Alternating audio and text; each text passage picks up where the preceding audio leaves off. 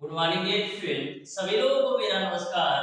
स्वागत करते हैं आप सभी का आपके अपने YouTube channel OD study point में। तो प्यारे दोस्तों, आज की क्लास में हम लोग स्टार्ट करेंगे फिजिक्स का एक नया चैप्टर नंबर 4, जिस चैप्टर का नाम है डियर स्टूडेंट गति के नियम, यानी इंग्लिश में बोले तो लॉज ऑफ मोशन।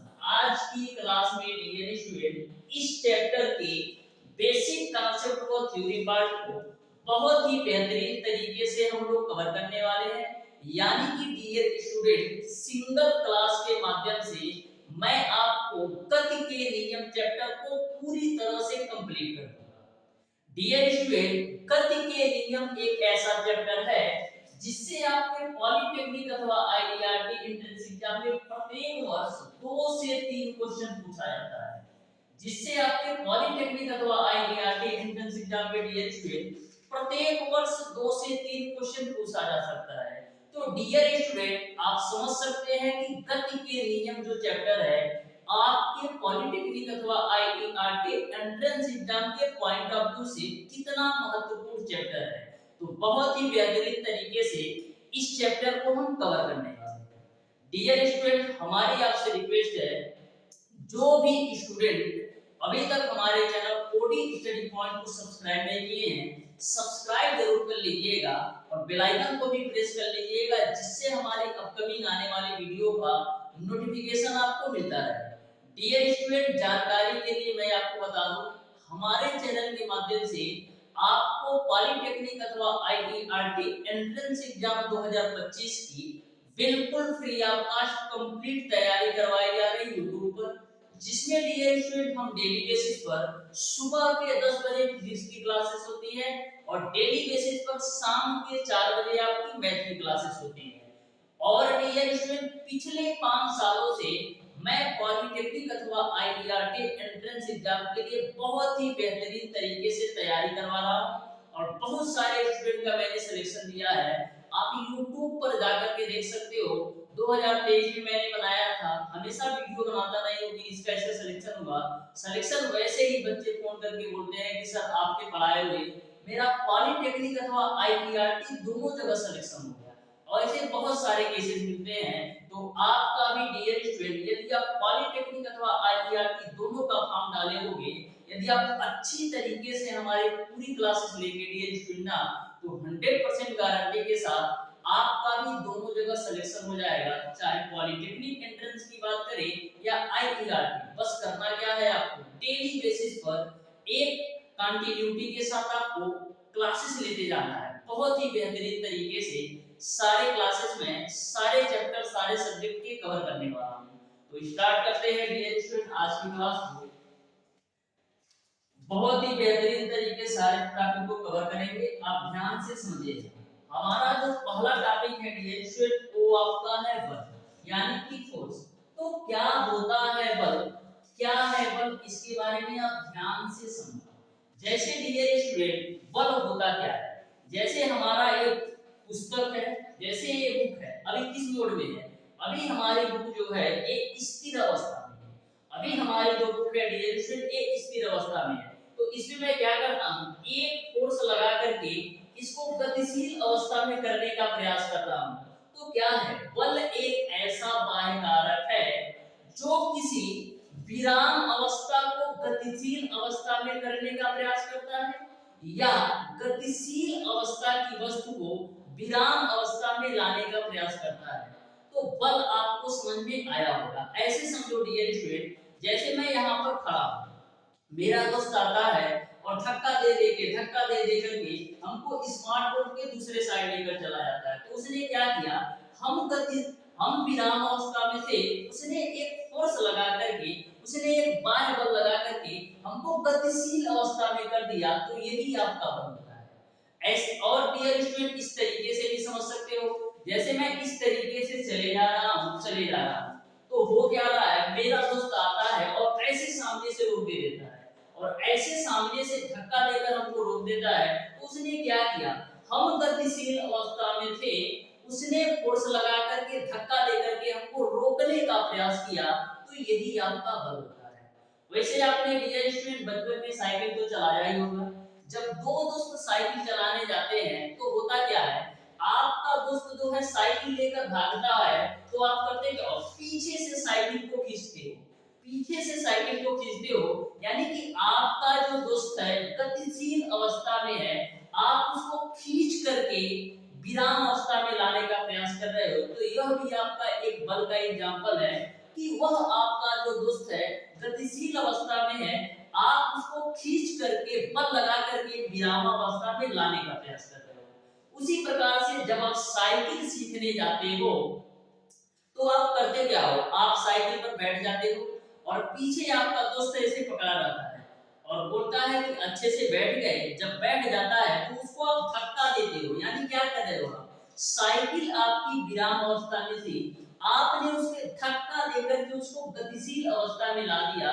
तो यह भी आपका एक बल का एग्जाम्पल है। तो बल को आपको अच्छी तरीके से समझ में आ गया होगा। वही यहाँ पर लिखा गया है कि बल वह बाह्य कारक है जो किसी वस्तु की विराम अथवा गति की अवस्था में परिवर्तन करता है या परिवर्तन करने का प्रयास करता है, वही आपका बल कहलाता है। मैं बात करूं डियर स्टूडेंट, बल किस प्रकार की राशि है, तो जो आपका बल है डियर स्टूडेंट एक प्रकार की सदिश राशि है। इसको भी ध्यान में रखिएगा, बल आपकी क्या है, एक प्रकार की सदिश राशि है। बल आपके दो प्रकार के होते हैं, एक आपका होता है संतुलित बल और दूसरा आपका होता है असंतुलित बल। तो संतुलित बल होता क्या है, जैसे एक वस्तु में इस तरीके से बना देता हूं, या आपका कोई एक वस्तु है, इधर भी डियर स्टूडेंट आपका 5 न्यूटन का बल लग रहा है और इधर भी आपका 5 न्यूटन का बल लग रहा है, यानी कि कोई आपकी एक वस्तु है जिसमें आपका इधर भी 5 न्यूटन का बल लग रहा है और उधर भी 5 न्यूटन का बल लग रहा है। तो जो आपकी वस्तु है ना तो उधर खसकेगी ना तो इधर खसकेगी, क्यों, क्योंकि दोनों साइड समान बल लग रहा है। तो ना तो आपकी वस्तु उधर जाएगी, ना तो वस्तु आपकी उधर जाएगी, ना तो आपकी वस्तु इधर जाएगी। तो यह आपका संतुलित बल का एग्जांपल है, क्योंकि जो आपका परिणामी बल R होगा वो आपका 0 होगा, 5 - 5 यानी कि 0 होगा। तो ये आपका संतुलित बल का एग्जांपल हो गया कि दोनों साइड जो बल होंगे वो आपका समान लगेगा, यानी कि आपकी जो वस्तु है ना तो आपका राइट साइड जाएगी ना तो लेफ्ट साइड जाएगी, वहीं की वहीं रुकी रहेगी। तो ये आपका संतुलित बल का एग्जांपल हो गया। ऐसे समझो डियर स्टूडेंट, जैसे मैं यहाँ पर खड़ा हूँ, ठीक है, तो मेरा दाहिना हाथ जो है एक 10 साल का बच्चा पकड़ा हुआ है और मेरा बायां हाथ भी एक 10 साल का बच्चा पकड़ा हुआ है, और दोनों जो है समान फोर्स लगा रहे हैं, दोनों जो है समान फोर्स लगा रहे हैं। तो यह भी आपका 10 साल का बच्चा है, यह भी आपका 10 साल का बच्चा है, और दोनों जो है समान फोर्स लगा रहे हैं। तो मैं क्या करूंगा, वही के वही रह जाऊंगा, ना तो इधर जाऊंगा ना तो इधर जाऊंगा। तो यह भी आपका संतुलित बल का एग्जांपल है। दूसरा हम बात करते हैं डियर स्टूडेंट की असंतुलित बल क्या होता है। जैसे आपकी कोई एक ऐसे इस तरीके से वस्तु है डियर स्टूडेंट, इधर मैंने लगा दिया कि हमारा जो है 10 न्यूटन का बल है और इधर हमारा केवल 5 न्यूटन का बल है। देखो मैंने छोटा बड़ा भी कर दिया, 10 न्यूटन के बल को बड़ा दिखा दिया और 5 न्यूटन के बल को मैंने छोटा दिखा दिया। तो ऐसे कंडीशन में क्या होगा, जिधर बल का मान ज्यादा है, जिधर बल का मान ज्यादा है उधर की तरफ आपकी जो वस्तु है खिसक जाएगी। क्यों, क्योंकि इधर बल का मान ज्यादा है ना, तो उस तरफ यानी कि 10 न्यूटन की तरफ आपकी वस्तु जो है खिसक जाएगी। तो ये आपका असंतुलित बल का एग्जांपल है। यहाँ पर रिजल्टेंट R की वैल्यू निकालोगे तो कितना आएगा, 10 में से 5 जाएगा तो 5 न्यूटन हो जाएगा। अब दैनिक जीवन से रिलेट करते हैं। जैसे मैं यहाँ पर खड़ा हूँ तो एक तरफ हमारे दो बच्चे हैं और एक तरफ हमारा एक बच्चा है। तो जिधर हमारे दो बच्चे पकड़ के मेरा हाथ खींचेंगे उधर की तरफ मैं खसकते जाऊंगा, क्योंकि उन लोगों का बल ज्यादा है एक बच्चे की तुलना में। तो यह आपका असंतुलित बल का एग्जांपल है। तो आपको संतुलित बल और असंतुलित बल अच्छी तरीके से समझ में आ गया होगा। यहाँ पर आप डिफिनीशन भी देख सकते हैं कि संतुलित बल क्या होता है, जब किसी वस्तु पर एक साथ कई बल कार्य कर रहे हों तथा उनका जो परिणामी बल हो वो आपका शून्य हो, तो वही आपका संतुलित बल होता है। तो उन बलों को हम क्या कहते हैं, ये आपका बलों को, उन बलों को हम क्या कहते करते हैं, संतुलित बल कहते हैं। जैसा कि मैंने एग्जांपल से बताया। असंतुलित बल क्या होता है? जब वस्तु पर लगे बलों का परिणामी बल शून्य ना हो। जब वस्तु पर लगे बलों का परिणामी बल शून्य ना हो तो वो आपका क्या होता है? असंतुलित बल। तो दोनों का एग्जांपल के माध्यम से मैंने आपको बता दिया है। नेक्स्ट हम आगे चलते हैं डियर स्टूडेंट, ध्यान से समझिएगा। नेक्स्ट हम आगे चलते हैं, ध्यान से समझिएगा। बहुत ही बेहतरीन तरीके से सारी चीजें आपको समझ में आ रही है। अब देखो, न्यूटन के गति के नियम बहुत ही इंपॉर्टेंट पॉइंट है। सबसे पहले हम बात करते हैं डियर स्टूडेंट कि न्यूटन के गति का पहला नियम क्या कहता है।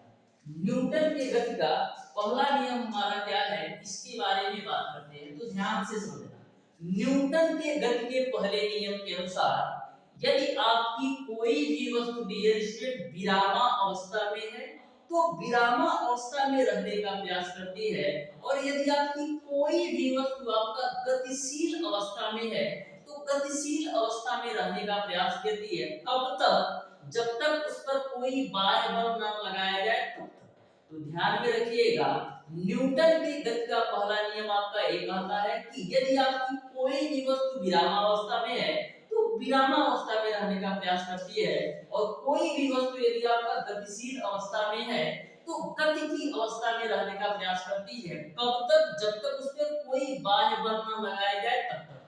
न्यूटन के गति के पहले नियम को डियर स्टूडेंट हम लोग क्या जड़त्व का भी नियम कहते हैं। इसको आप अच्छी तरीके से ध्यान में रखिएगा। डायरेक्ट आपके एग्जामिनेशन में क्वेश्चन पूछा जाता है कि न्यूटन के गति के प्रथम नियम को हम क्या कहते हैं? तो जड़त्व का नियम हम कहते हैं न्यूटन के गति के प्रथम नियम को। इसके एग्जांपल बहुत ही बेहतरीन है। जैसे कभी भी आपने बस में यात्रा तो किया ही होगा। जब बस में आप यात्रा करते हो डियर स्टूडेंट, जैसे आपके बस का ड्राइवर ब्रेक लगाता है तो आप करते क्या हो? पीछे की तरफ झुक जाते हो। जैसे आपका बस का ड्राइवर जो है ब्रेक लगाता है तो आप पीछे की तरफ झुक जाते हो। यानी क्या हुआ? आप बिल्कुल स्थिर अवस्था में थे, जैसे आपके ऊपर फोर्स लगा आप पीछे की तरफ झुक गए, यानी कि थोड़ा सा गतिमान हो गए। तो ये आपका जो एग्जांपल है गति के प्रथम नियम का एग्जांपल है। तो यहाँ से आप नोट कर सकते हो कि ब्रेक लगाने पर बस में बैठे यात्री का पीछे झुकना जो है वो आपका जड़त्व के नियम पर आधारित है। किस पे? जड़त्व के नियम पर आधारित है, या यह कर सकते हो न्यूटन के गति के प्रथम नियम पर आधारित है। उसी प्रकार से डियर स्टूडेंट, जब आप कार में बैठे रहते हो तो जैसे आपका कार ड्राइवर ब्रेक लगाता है तो आगे की तरफ झुक जाते हो। ऐसा इसलिए होता है क्योंकि आप बिल्कुल स्थिर अवस्था में थे, जैसे कार ड्राइवर ने ब्रेक लगाया आप आगे की तरफ झुक गए, यानी कि आपके पोजीशन में चेंज आ रहा है। तो यह भी आपका जड़त्व का एग्जांपल है, यह भी आपका गति के पहले नियम का एग्जांपल है। इस तरीके से भी समझ सकते हो, जब बाइक पर आप बैठ कर जाते हो और आपको कुछ भी पकड़ना नहीं है, आप पूरा स्टाइल में बिना पकड़े ऐसे बैठे हो, तो जैसे ही आपका ड्राइवर ब्रेक लगाता है बाइक ड्राइवर, जैसे ही आप आगे की तरफ झुक जाते हो, या तो सर आपका उसके सर में लड़ जाए या तो आपका दांत उसके सर में लड़ जाए। तो यहाँ पर हो क्या रहा है, आप बिल्कुल स्थिर अवस्था में बैठे हो, जैसे ब्रेक लगाया आप गतिशील अवस्था में कन्वर्ट हो गए। तो यह भी आपका जड़त्व का एग्जांपल है। तो न्यूटन का पहला नियम आपको समझ में आ गया होगा। इसको भी आप अच्छी तरीके से नोट कर लेना कि कार में ब्रेक लगाने पर कार में बैठे यात्री का आगे झुकना जो है वो आपका जड़त्व का एग्जांपल है। नेक्स्ट हम चलते हैं, आप ध्यान से समझो। नेक्स्ट आपका है डियर स्टूडेंट, ध्यान से समझो, जो आपका न्यूटन का दूसरा नियम वो है वो क्या करता है। तो न्यूटन का दूसरा नियम है वो कहता है कि जो आपका बल होता है ना वो आपका द्रव्यमान और त्वरण के अनुक्रमानुपाती होता है। न्यूटन के गति का जो दूसरा नियम है ना वो कहता है कि किसी वस्तु पर जो लगाया गया बल यह होता है वो द्रव्यमान और त्वरण के गुणनफल के अनुक्रमानुपाती होता है। तो यहाँ पर डियर स्टूडेंट F बराबर क्या आएगा?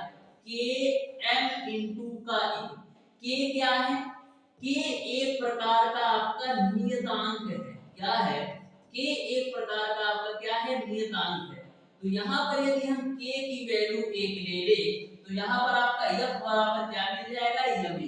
ये आपका न्यूटन न्यूटन के गति का दूसरा नियम कहता है कि किसी भी वस्तु पर जो लगाया गया बल होता है वस्तु के द्रव्यमान और त्वरण के गुणनफल के अनुप्रमानुपाती होता है। तो यहाँ पर आपको मिल जाएगा F बराबर m।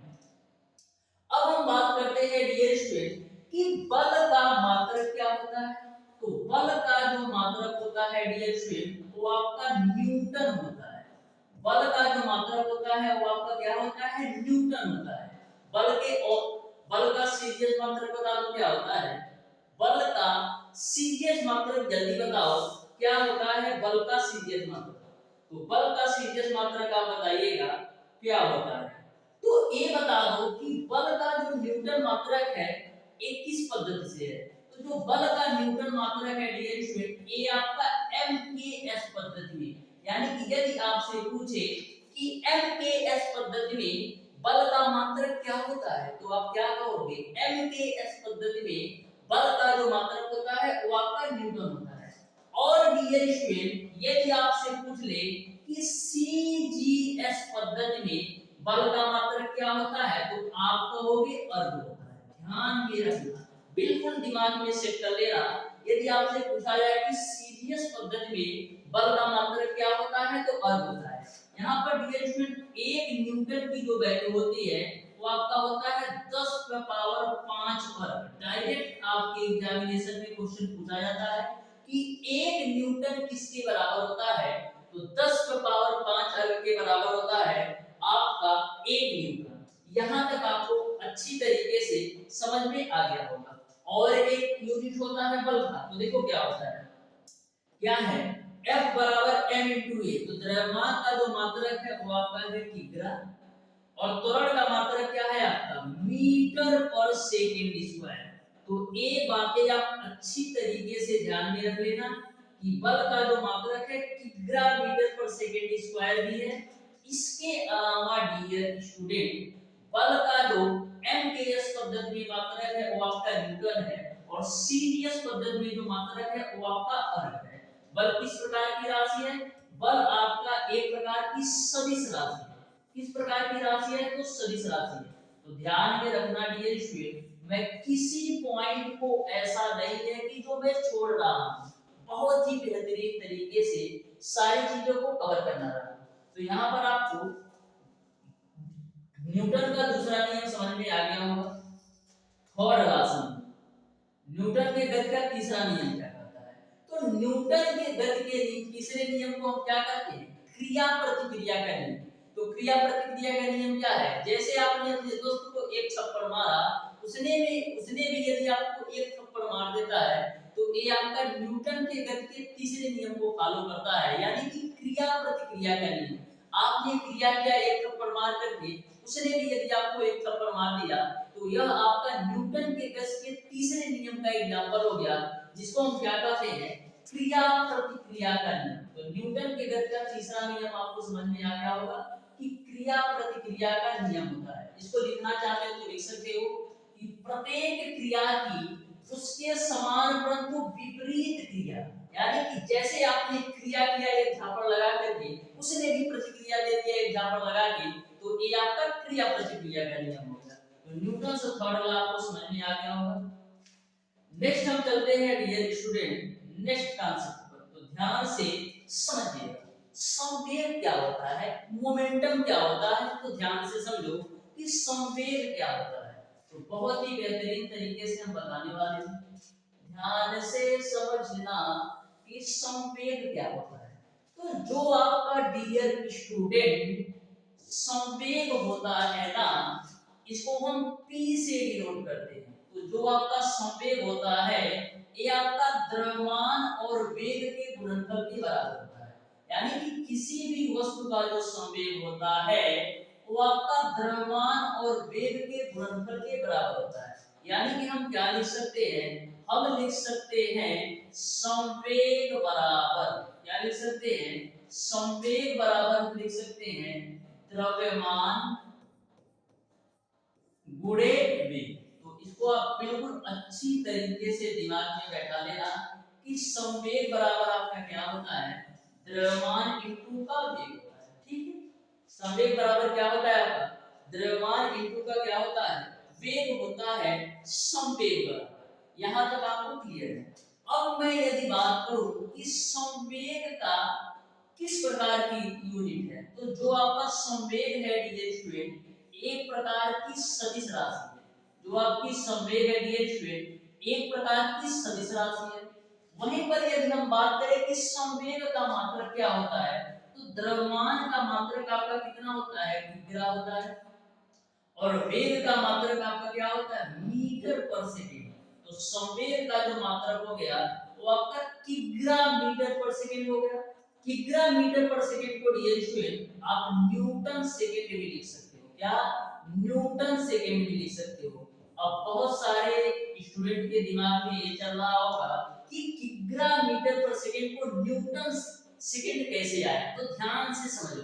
जैसे किग्रा मीटर पर सेकेंड है ना, तो मैं क्या करूंगा डियर स्टूडेंट, इधर समझो, देखो किग्रा मीटर, किग्रा मीटर क्या है, सेकेंड है, किग्रा मीटर सेकेंड है ना, तो किग्रा मीटर और आपका क्या है सेकेंड, किग्रा मीटर पर सेकेंड है। तो मैं क्या करूंगा, इसमें सेकेंड से गुणा भी करूंगा और सेकेंड से मैं भाग भी करूंगा।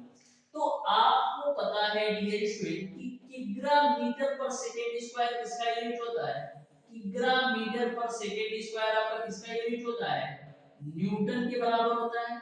क्योंकि किग्रा मीटर पर सेकेंड स्क्वायर आपका बल का यूनिट है, जिसको हम न्यूटन भी लिख सकते हैं, और ये आपका सेकेंड मिल गया। तो न्यूटन सेकेंड कैसे आया आपको समझ में आ गया होगा। मैंने क्या किया, किग्रा मीटर पर सेकेंड में सेकेंड से गुणा और सेकेंड से भाग किया, तो किग्रा मीटर पर सेकेंड स्क्वायर से हमको न्यूटन मिल गया, और आपका सेकेंड है, तो न्यूटन सेकेंड कैसे आया आपको समझ में आ गया होगा। ठीक है, तो संवेग आपको अच्छी तरीके से समझ में आ गया होगा कि द्रव्यमान और वेग के गुणनफल को हम लोग संवेग कहते हैं। संवेग एक प्रकार की सदिश राशि है। संवेग का जो मात्रक होता है किग्रा मीटर पर सेकेंड होता है, जिसको हम न्यूटन सेकेंड से भी जानते हैं। ठीक है ना, यहां तक आपको क्लियर है। नेक्स्ट हम आगे कॉन्सेप्ट पर चलते हैं। ध्यान से समझना और नोट भी करते रहना। संवेग परिवर्तन तथा बल में संबंध क्या होता है, ये आपको बताना है। संवेग परिवर्तन तथा बल में संबंध क्या होता है, ये आपको बताना है। तो ध्यान से समझिएगा कि संवेग परिवर्तन तथा बल में संबंध क्या होता है। तो आपने डियर स्टूडेंट न्यूटन के दूसरे नियम में पढ़ रखा है। क्या पढ़ रखा है, न्यूटन के दूसरे नियम से आपने पढ़ रखा है कि जो आपका बल होता है द्रव्यमान और त्वरण के गुणनफल के बराबर। न्यूटन के गति के दूसरे नियम में आपने पढ़ रखा है कि जो आपका फोर्स होता है, जो आपका बल होता है, द्रव्यमान और त्वरण के गुणनफल के बराबर होता है। अब डियर स्टूडेंट, मैंने आपको चैप्टर नंबर 3 यानी कि गति में आपको पढ़ाया था गति का पहला नियम। गति का पहला नियम क्या कहता है, गति का पहला नियम कहता है v बराबर आपका होता है u प्लस का at। ये आपका गति का पहला नियम कहता है। तो यहां से डियर स्टूडेंट हम क्या लिख सकते हैं, v माइनस का u बराबर हम लिख सकते हैं at। तो यहां से a की वैल्यू निकालोगे तो क्या मिलेगा, v माइनस का u डिवाइडेड बाय 2। a की वैल्यू निकालोगे तो आपको क्या मिलेगा, v minus u divided by 2। तो a का जो मान आपका v minus u divided by 2 है ना, यहां पर रख दो। तो यम है तो यम ही रखना है। a की जगह पर हम क्या लिख सकते हैं, v माइनस का u डिवाइडेड बाय t के रूप में। a बराबर किसके है, बल F के बराबर है। तो यहां से आपको एक चीज समझ में आ रही होगी कि जो आपका बल होता है संवेग परिवर्तन की दर के बराबर होता है।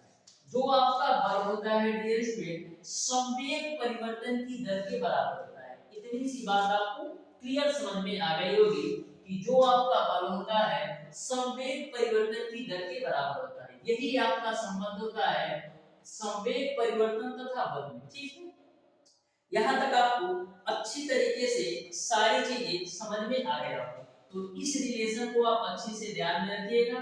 संवेग परिवर्तन तथा बल में जो संबंध होता है वो आपका F बराबर m v माइनस का u डिवाइडेड बाय 2। जो आपका v है अंतिम वेग है, जो आपका u है प्रारंभिक वेग है, जो आपका t है लंबा समय है। तो चलते हैं नेक्स्ट कॉन्सेप्ट पर, ध्यान से समझिएगा। ओके, देखो बल का आवेग क्या होता है? तो जो आपका बल का आवेग होता है ना डियर स्टूडेंट, बल और अल्प समय के गुणनफल के बराबर होता है। यानी कि जो आपका बल का आवेग होता है, यहाँ पर आप डिफिनेशन के माध्यम से भी देख सकते हो कि जो आपका बल का आवेग होता है ना, वो कोई बल यदि किसी वस्तु पर अल्प समय के लिए लगाया जाए तो वहां पर बल और समय के गुणनफल को हम बल का आवेग कहते हैं। यानी कि कोई भी बल यदि आप किसी भी वस्तु पर बहुत ही कम समय के लिए लगाते हैं, यदि आप बल जो है किसी भी वस्तु पर बहुत कम समय के लिए लगाते हैं, तो बल और समय के गुणनफल को हम क्या कहते हैं? बल का आवेग कहते हैं। यानी कि हम लिख सकते हैं I बराबर हम लिख सकते हैं क्या?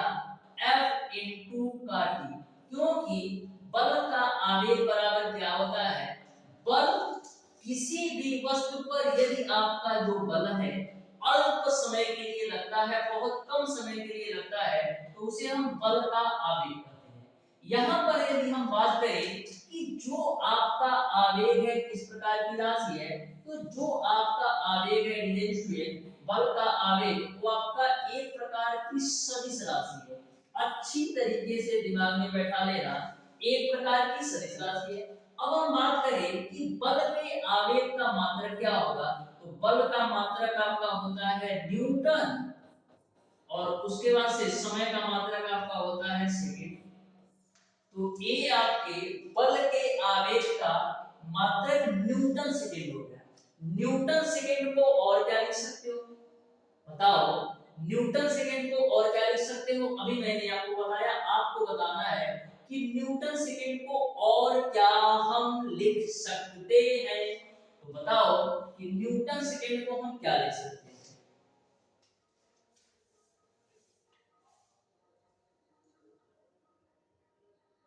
तो बताओ न्यूटन सेकंड को क्या लिख सकते हो? तो न्यूटन सेकंड को हम लिख सकते हैं डियर स्टूडेंट किग्रा मीटर पर सेकंड। तो इस दोनों पॉइंट को अच्छी तरीके से ध्यान में रखना। यदि यह यूनिट ना लेकर के यह यूनिट दे दे तो कंफ्यूज नहीं होना है। न्यूटन सेकंड को ही हम किग्रा मीटर पर सेकंड के भी रूप में लिख सकते हैं। तो बल का आवेग आपको अच्छी तरीके से समझ में आ गया होगा। बढ़ते हैं डियर नेक्स्ट कॉन्सेप्ट पर। बहुत ही बेहतरीन तरीके से आपको सारी चीजें अच्छी तरीके से समझ में आया। अब हम बात करते हैं डियर स्टूडेंट की प्रतिरोधक बल क्या होता है। बहुत ही बेहतरीन कॉन्सेप्ट है प्रतिरोधक बल का।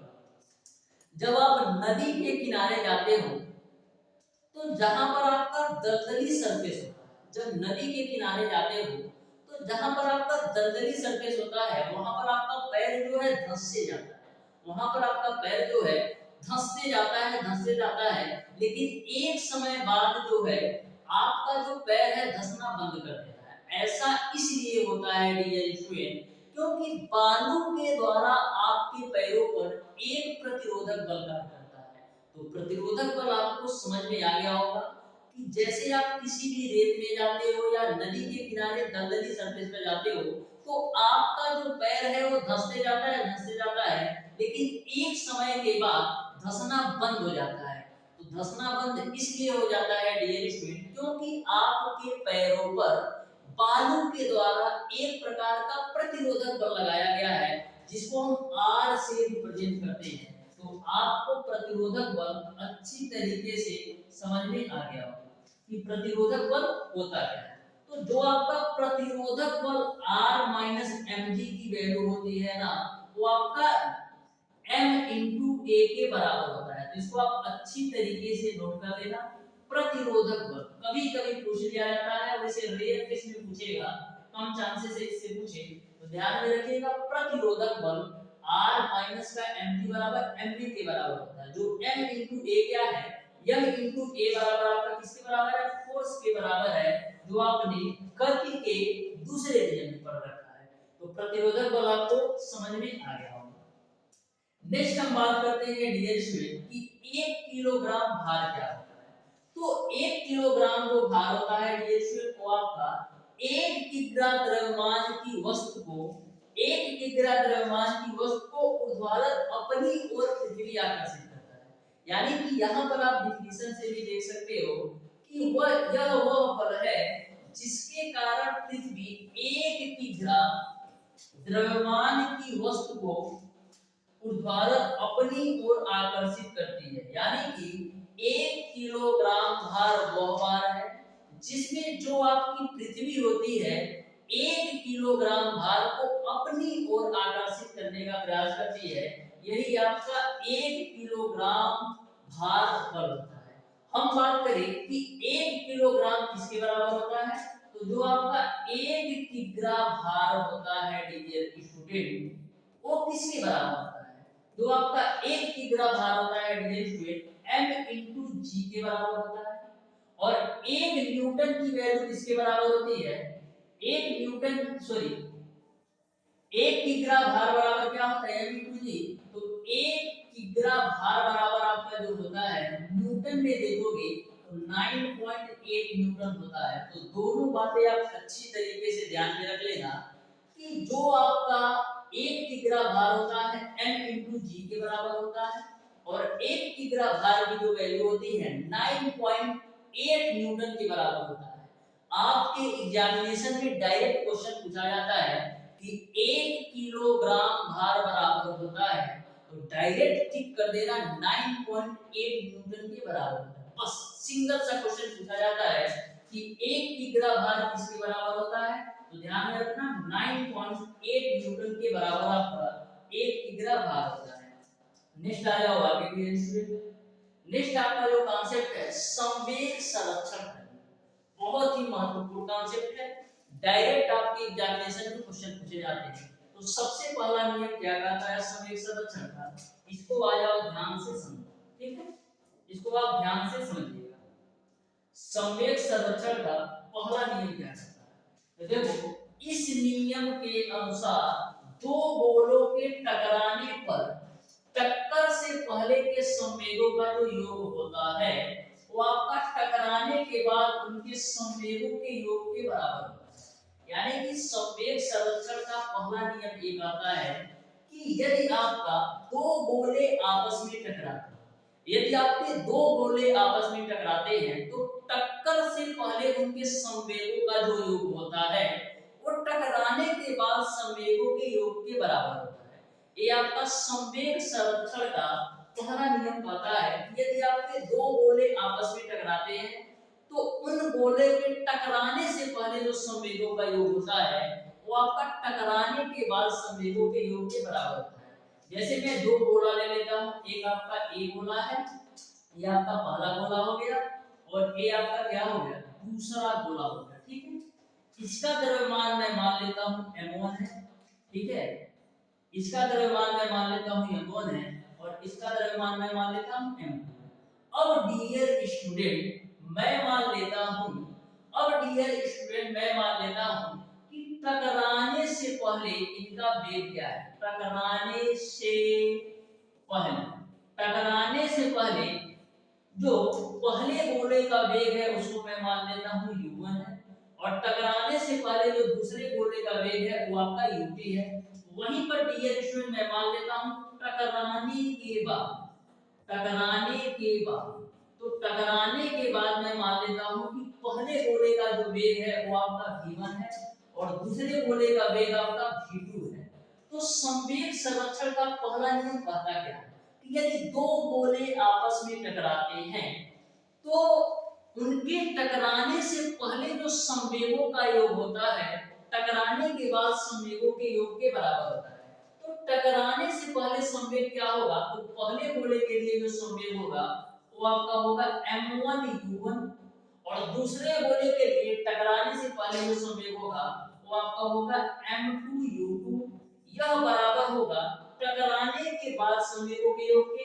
तो टकराने के बाद पहले गोले का जो संवेग होगा वो आपका होगा m1v1 और टकराने के बाद जो दूसरे गोले का संवेग होगा वो आपका क्या होगा m2v2, वो आपका क्या होगा m2v2। तो इसको आप लिख लो m2v2।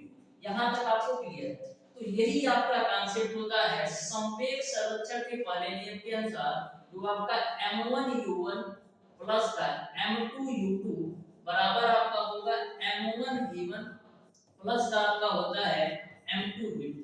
तो अच्छी तरीके से नोट कर लेना, यदि दो गोले आपस में टकराते हैं तो टकराने से पहले उनके जो संवेगों का योग होता है वो आपका टकराने के बाद उनके संवेगों के योग के बराबर होता है। तो पहला कॉन्सेप्ट आपको समझ में आ गया होगा। चलते हैं नेक्स्ट कॉन्सेप्ट पर, ध्यान से समझिए।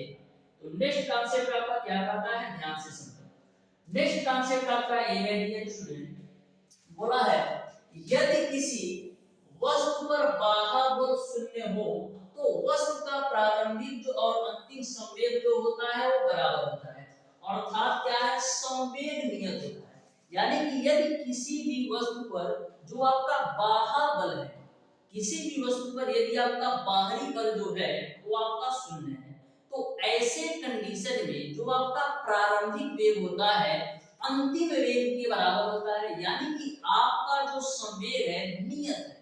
तो ये आपका संवेग संरक्षण का सिद्धांत है, ठीक है। तो ध्यान में रखना, यदि किसी भी वस्तु पर आपका जो बाह्य बल है, जो आपका बाहरी बल है वो आपका शून्य है, तो जो आपका प्रारंभिक संवेग होगा अंतिम संवेग के बराबर होगा।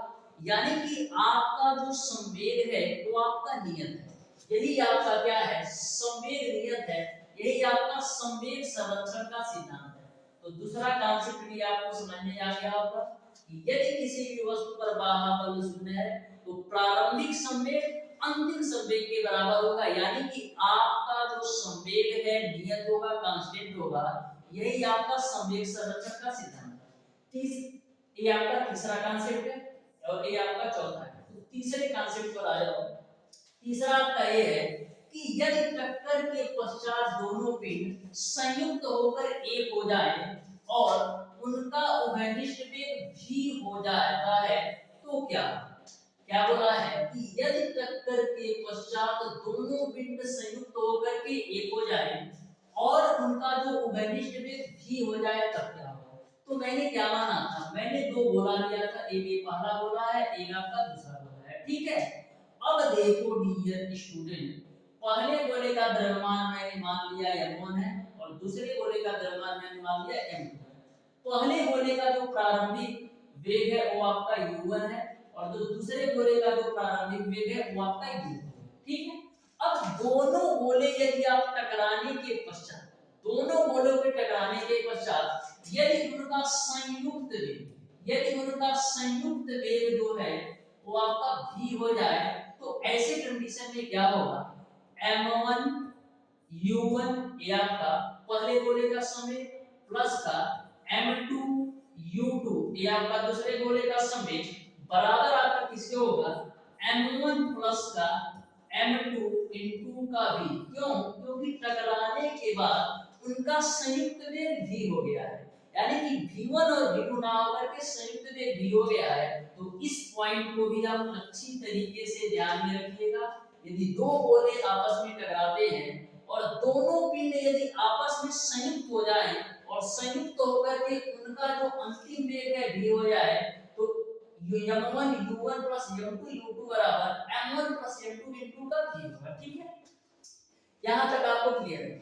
जो चौथा कांसेप्ट है ये आपका क्या कहता है, यदि पिंड टक्कर से पहले विपरीत दिशा में समान वेग v से एक दूसरे की ओर चल रहे हो तब क्या होगा। तो इसको ध्यान से रखना, यहाँ पर आपका टक्कर से पहले की बात की गई है, यहाँ पर आपका टक्कर से पहले की बात की गई है। और जो आपका पांचवा कॉन्सेप्ट है डियर स्टूडेंट, इसमें क्या टक्कर के बाद की बात की गई है। तो दोनों में अंतर को आप ध्यान से समझना कि टक्कर से पहले उनका संवेग क्या होगा और यदि टकराने के बाद होता है तो उनका संवेग क्या होगा। तो दोनों में जो क्रिस्टल है क्लियर है ना, उसको आप बिल्कुल ध्यान में रखिएगा क्या है। तो सबसे पहले हम बात करते हैं कि टक्कर से पहले क्या होगा। तो टक्कर से पहले की कंडीशन में आपका क्या होता है कि टक्कर से पहले की कंडीशन में आपका जो संवेग होता है वो आपका होता है m1 u1 प्लस का माइनस का m2 u2 बराबर आपका होता है m1 प्लस का m2 इनटू का v एक कब अप्लाई करना है, जब टक्कर से पहले विपरीत दिशा में समान वेग v से एक दूसरे की ओर चल रहे हो। जब टक्कर से पहले विपरीत दिशा में समान वेग v से एक दूसरे की ओर चल रहे हैं, तो यहाँ पर आपका m1 u1 माइनस का m2 u2 बराबर m1 प्लस m2 इनटू का v होगा। यहाँ से आप v की वैल्यू निकाल सकते हो, तो क्या मिलेगा m1 u1 माइनस का m2 u2 डिवाइडेड बाय आपका आ जाएगा m1 प्लस का m2। तो अच्छी तरीके से ध्यान में रख लेना कि टक्कर से पहले विपरीत दिशा में यदि समान वेग v से एक दूसरे की तरफ चल रहे हो, तो समान वेग v की जो वैल्यू आएगी m1 u1 माइनस का m2 u2 divided by m1 plus का m2 आएगा। अब थोड़ा सा डिफरेंट है, आप पांचवें कॉन्सेप्ट का मतलब क्या होगा इसको आप बता दो। पांचवें कॉन्सेप्ट का मतलब क्या होगा इसको आप अच्छी तरीके से बता दो कि पांचवें कॉन्सेप्ट का मतलब क्या होगा, ठीक है। तो पांचवें कॉन्सेप्ट का मतलब कुछ नहीं है, यहाँ पर आप टक्कर से पहले का देखा है और यहाँ पर आपका टक्कर के बाद की जा रही है, तो अंतर कुछ भी नहीं होगा। जहां पर आपका प्लस है माइनस है ना, यहाँ पर आपका क्या हो जाएगा, जहां पर आपका माइनस है डियर स्टूडेंट, यहाँ पर आपका क्या हो जाएगा माइनस प्लस का अंतर होगा। तो यहाँ पर डियर स्टूडेंट जहां पर माइनस है वहीं पर प्लस हो जाएगा और जहां पर प्लस है वहीं पर माइनस हो जाएगा। तो बिल्कुल आप अच्छी तरीके से दिमाग में बैठा लेना कि यदि आपका टक्कर से पहले m1 u1 माइनस का m2 u2 divided by m1 plus m2 होगा, तो टक्कर के बाद यदि पूछेगा तो आपका m1 u1 प्लस का m2 u2 divided by m1 minus का m2 होगा। यानी कि केवल आपके चिन्ह बदल जाएंगे, ऊपर में यदि आपका माइनस है तो प्लस हो जाएगा और नीचे में यदि आपका प्लस है तो माइनस हो जाएगा। तो सारे कॉन्सेप्ट आपको समझ में आ गया होगा संवेग संरक्षण के नियम का। संवेग संरक्षण के नियम का सारे कॉन्सेप्ट आपको अच्छी तरीके से समझ में आ गया होगा। नेक्स्ट हम आगे चलते हैं, ध्यान से समझिएगा, ध्यान से समझिए। नेक्स्ट कॉन्सेप्ट आपका है लिफ्ट में खड़े व्यक्ति का भार। तो बहुत ही बेहतरीन तरीके से डायरेक्ट क्वेश्चन पूछे जाते हैं लिफ्ट में खड़े व्यक्ति के भार से। तो यहाँ से हम पेन का कलर थोड़ा चेंज कर लेते हैं, ठीक है ना, तो ध्यान से समझो, ठीक है। यदि लिफ्ट जो है विरामावस्था में है, क्या है, लिफ्ट विरामावस्था में है यानी कि चल नहीं रही है, तो लिफ्ट यदि विरामावस्था में है तो R बराबर आपका होता है m into का g। तो लिफ्ट यदि आपका विरामावस्था में है तो जो आपका व्यक्ति का भार है उसमें कोई भी परिवर्तन नहीं होगा। क्यों? क्योंकि लिफ्ट जो है बिल्कुल विरामावस्था में है, यानी कि व्यक्ति के भार में कोई परिवर्तन नहीं होगा। तो यहाँ पर आप लिख लेना कि यदि आपका लिफ्ट विरामावस्था में है तो R बराबर mg होगा, यानी कि व्यक्ति के भार में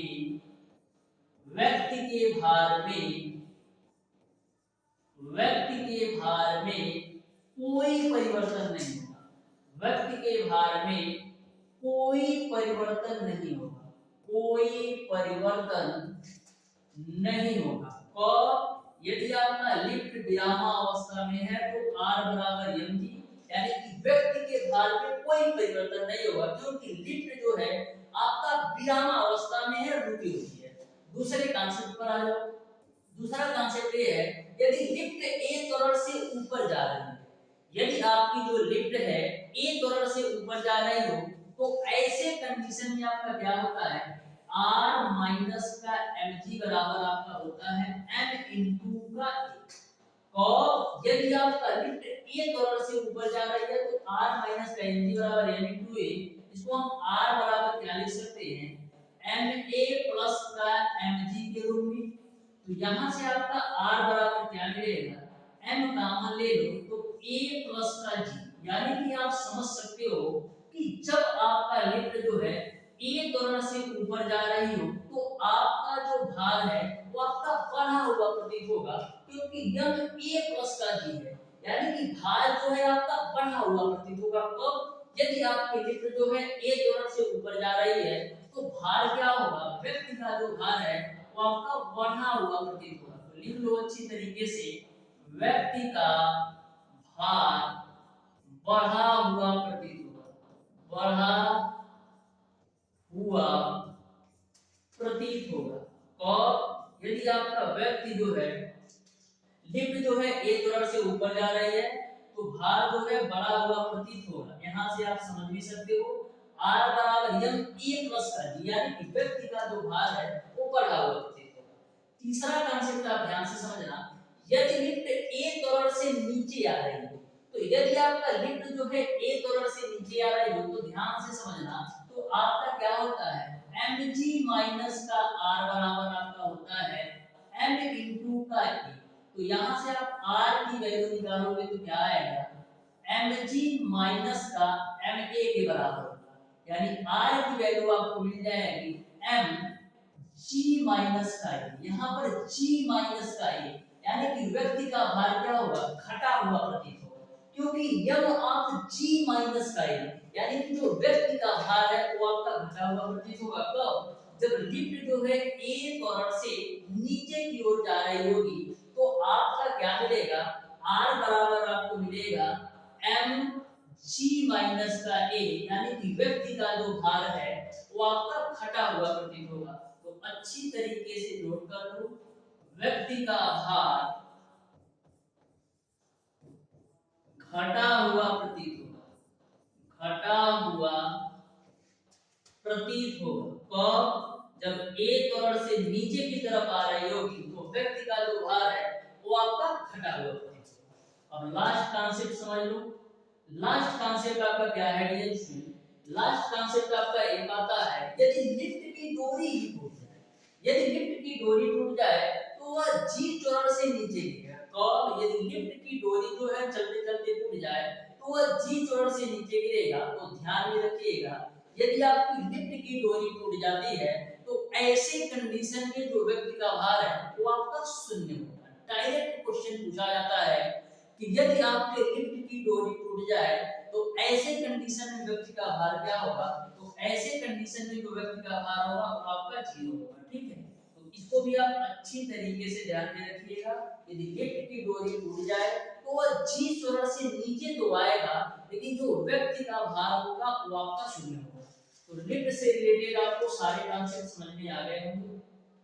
सारी चीजें डियर मैंने आपको अच्छी तरीके से बताने का प्रयास किया है। एक आपका कॉन्सेप्ट है घर्षण। तो घर्षण है क्या? है क्या घर्षण? ध्यान से समझो। जब आप पैदल चलते हो डियर स्टूडेंट तो आपको थकान सी महसूस क्यों होती है? जब आप पैदल चलते हो तो थकान सी महसूस क्यों होती है? जब आप पैदल चलते हो तो थकान सी महसूस इसलिए होती है क्योंकि आपके पैरों पर पृथ्वी द्वारा एक घर्षण बल लगाया जाता है। जब आप पैदल चलते हो तो आपको थकान इसलिए महसूस होती है क्योंकि पृथ्वी द्वारा आपके पैरों पर एक घर्षण बल लगाया जाता है। तो घर्षण बल का एग्जांपल क्या है? डिफिनीशन ऐसे समझ सकते हो कि घर्षण वह विरोधी बल है जो दो सतहों के बीच होने वाले आपेक्षिक गति का विरोध करता है। किसका विरोध करता है? आपेक्षिक गति का विरोध करता है। तो ध्यान में रखिएगा, डिफिनीशन तो पूछता नहीं है लेकिन ध्यान में रखिएगा कि घर्षण वह विरोधी बल है जो दो सतहों के बीच होने वाले आपेक्षिक गति का विरोध करता है। ठीक है, ऐसे भी समझ सकते हो, यदि आप पैदल चलते हो या दौड़ते हो तो थकान आखिर क्यों महसूस होती है? थकान इसलिए महसूस होती है क्योंकि आपके पैरों पर पृथ्वी द्वारा एक घर्षण बल लगता है, इसी वजह से। ठीक है, तो ये आपको समझ में आ गया। ठीक है, ऐसे हाथ रगड़ते हो तो गर्म हो जाता है ना, तो ये भी आपका एक घर्षण का एग्जांपल है कि दो सतहों के बीच आपेक्षिक गति का प्रभाव है। तो घर्षण आपको समझ में आ गया। तो डियर स्टूडेंट, घर्षण का जो पहला कॉन्सेप्ट है उसको आप ध्यान से समझिएगा। पहला कॉन्सेप्ट आपका क्या कहता है कि गति प्रारंभ होने से पूर्व दो सतहों के बीच कार्य करने वाले घर्षण बल को स्थैतिक घर्षण बल कहते हैं। ऐसे आप साधारण भाषा में समझो कि यदि आपका कोई भी बड़ा सा पत्थर है, उसको आप धक्का दिए जा रहे हो लेकिन उसमें के पोजीशन में कोई बदलाव नहीं आ रहा है, यानी कि वह गति की अवस्था में नहीं आ रहा है, तो उसको हम क्या कहते हैं? स्थैतिक घर्षण। यानी कि किसी भी वस्तु को यदि आप फोर्स लगा रहे हो, बल लगा रहे हो, लेकिन उसकी अवस्था में कोई परिवर्तन नहीं आ रहा है, यानी कि वह विरामा अवस्था से गतिशील अवस्था में थोड़ा सा भी नहीं हो रही है, तो उसे हम स्थैतिक घर्षण बल कहते हैं। वही लिखा है कि गति प्रारंभ होने से पूर्व दो सतहों के बीच कार्य करने वाले घर्षण बल को हम क्या कहते हैं? स्थैतिक घर्षण बल कहते हैं। दूसरा कांसेप्ट समझो, जैसे आपका एक बड़ा सा पत्थर है, आपने उसको धक्का दिया, अब बहुत तेजी से धक्का दिया, तो कुछ समय बाद क्या हुआ, वो थोड़ा सा हिले डुलने लगा। थोड़ा सा क्या हुआ, हिले डुलने लगा, या तो यह कह सकते हैं कि थोड़ा सा गतिशील में आने का प्रयास करने लगा। तो ये आपका होता है सीमांत घर्षण बल, यानी कि किसी भी वस्तु को यदि आप धक्का दे रहे हो और थोड़ा सा भी वो गति के पोजीशन में आ जाए, तो वो आपका सीमांत घर्षण बल में आता है। जैसे यहाँ पर लिखा है, जब वस्तु ठीक फिसलने की स्थिति में हो, यानी कि जैसे आपने पत्थर को धक्का दिया तो ठीक जो है पत्थर जो है फिसलने की स्थिति में ही है, तो उसको हम क्या कहते हैं? सीमांत घर्षण बल। वहीं पर गति प्रारंभ होने के पश्चात दो सतहों के बीच कार्य करने वाले घर्षण बल को हम गतिक घर्षण बल कहते हैं। यानी कि आपने पत्थर को धक्का दिया और पत्थर के अंदर गति उत्पन्न हो गई, यानी कि पत्थर जो है गति करने लगा, तो ऐसे कंडीशन को हम गतिक घर्षण बल कहते हैं। यानी कि गति प्रारंभ होने के पश्चात दो सतहों के बीच लगने वाले घर्षण बल को हम गतिक घर्षण बल कहते हैं। यहाँ पर दो सतहों का मतलब क्या है? आपका हाथ और पत्थर। एक सतह आपका हाथ हो गया और दूसरा सतह आपका पत्थर हो गया। तो यदि दो सतहों के बीच गति प्रारंभ हो जाता है, तो उन दो सतहों के बीच लगने वाले बल को हम गतिक घर्षण बल कहते हैं। यदि आपका कोई भी गोलाकार वस्तु है, यदि कोई भी आपका गोलाकार वस्तु है, तो उसके लुढ़कते समय जो उस पर कार्य करता है ना घर्षण बल, उसे हम क्या कहते हैं? तोलनी घर्षण बल कहते हैं। जैसे आपका गेंद है, तो क्या होता है, गेंद को आप ऐसे फेंकते हो तो कुछ टाइम बाद जो है गेंद जाकर के रुक जाता है। रुकता इसलिए है डियर स्टूडेंट, क्योंकि पृथ्वी द्वारा उस पर एक घर्षण बल लगाया जा रहा है। तो ऐसे घर्षण बल को हम तोलनी घर्षण बल कहते हैं। तो ध्यान में रखिएगा, गोलाकार वस्तु पर लुढ़कते समय कार्य करने वाले घर्षण बल को हम दोलनी घर्षण बल कहते हैं। गोलाकार वस्तु पर लुढ़कते समय कार्य करने वाले घर्षण बल को हम दोलनी घर्षण बल कहते हैं। जैसा मैंने आपको बाल का एग्जांपल दिया कि बाल को आप फेंकते हो तो कुछ टाइम बाद आपका बाल जो है रुक जाता है, यानी कि बाल पर पृथ्वी द्वारा एक घर्षण बल कार्य किया, जिसे हम क्या दोलनी घर्षण बल कहते हैं। ठीक है, तो यहाँ तक आपको सारे कॉन्सेप्ट अच्छी तरीके से समझ में आ गया होगा। ठीक है, यहाँ तक आपको सारे कॉन्सेप्ट अच्छी तरीके से समझ में आ गया। इस तरीके से डियर स्टूडेंट, आज की क्लास में मैंने आपको गति के नियम चैप्टर को बेसिक कॉन्सेप्ट व थ्योरी पार्ट को बहुत ही बेहतरीन तरीके से कवर कराने का प्रयास किया। फिर भी यदि आपको ऐसा लगता है कि किसी भी टॉपिक में, किसी भी कॉन्सेप्ट में किसी भी प्रकार का कोई भी डाउट हो, कोई भी कंफ्यूजन हो, तो आप हमें कमेंट बॉक्स में कमेंट करके पूछ सकते हैं डियर स्टूडेंट। तो प्यारे दोस्तों, आज की क्लास आपको कैसी लगी? मिलते हैं डियर स्टूडेंट नेक्स्ट क्लास में। नेक्स्ट क्लास में हम लोग बहुत ही बेहतरीन तरीके से गति के नियम चैप्टर के प्रत्येक क्वेश्चन को कॉन्सेप्ट के साथ करने वाले हैं। तो मिलते हैं डियर स्टूडेंट नेक्स्ट क्लास में, तब तक के लिए धन्यवाद।